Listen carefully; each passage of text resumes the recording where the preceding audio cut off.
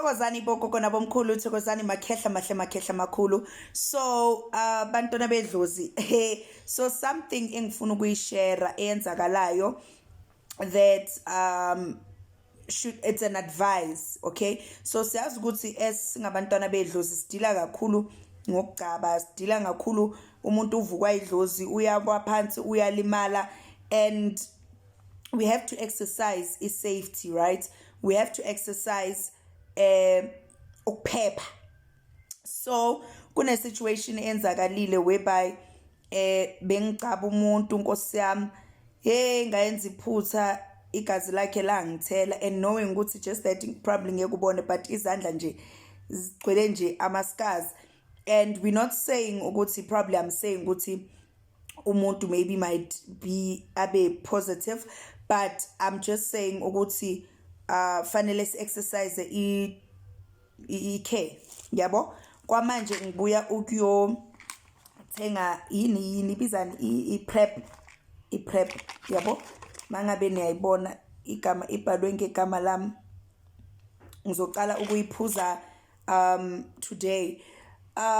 Bantwana bedlozi, I know ukuthi masicaba you do say ukuthi umuntu nomuntu aze ne-razor, but my advice enyangeni ake nitsheleni umuntu nomuntu aze ne-glove. I know ama-glove ayadura, so you having to buy ama-glove, it might be i-cost kuwe, but tshelani umuntu nomuntu aze ne-glove, you know. And I was even laughing because before mina ngephehlweni I did test for HIV, and you know, even no Dr. Mush, he was laughing wathi musu testile ngathi hey inkinga kule nkinga yenzakalile la. So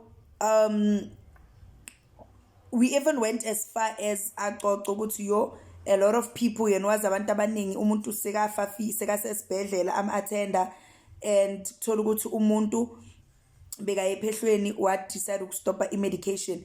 Iphehlo, it has nothing to do with your medication. If uthatha ama-ARV, thatha ama-ARV. If uthatha ama-ARV ungawathathi.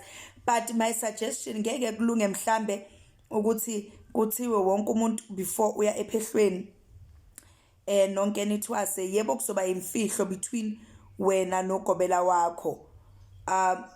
Because uDr. Bam was laughing, was like yo shothi abantu ngeke bathwase and it's minus money, ngiyabo. So nabo khona inyanga ngeke zithande leyo nto. I'm like, no, you're not disclosing to everybody, but you're disclosing kugobela wakho. I don't know, but I know ukuthi kunabanye they would say what if ugobela gcina khuluma, what if in I don't know how we can do it ukuthi nathi abantu besintu sibe careful, sibe responsible, sizinakekele, because wow, umuntu yophuza lamapilisi for 30 days,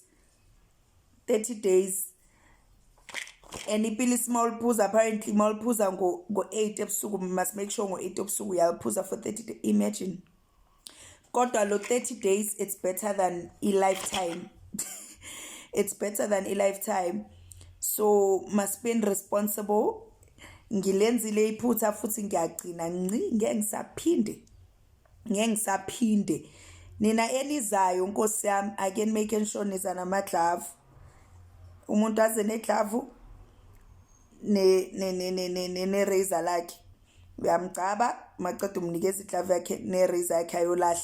Next glove yakho, razor yakho, next kanjalo. Because wow, ngiyacala ukuthuka kanje empilweni yami. Oh Jesu nkosi yami. And into ebhorayo ukuthi I couldn't buy apparently ayadura, so anginamali.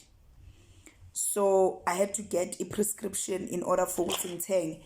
But imagine having to go ngiyofola nje ka doctor ukuthi ngithole i-prescription akusekuningi. But anyway, ngitsheleni what you think, ngiyasangana noma ngisangani. Thokozani emakhosini leseli khanya cama kundawo weshewe.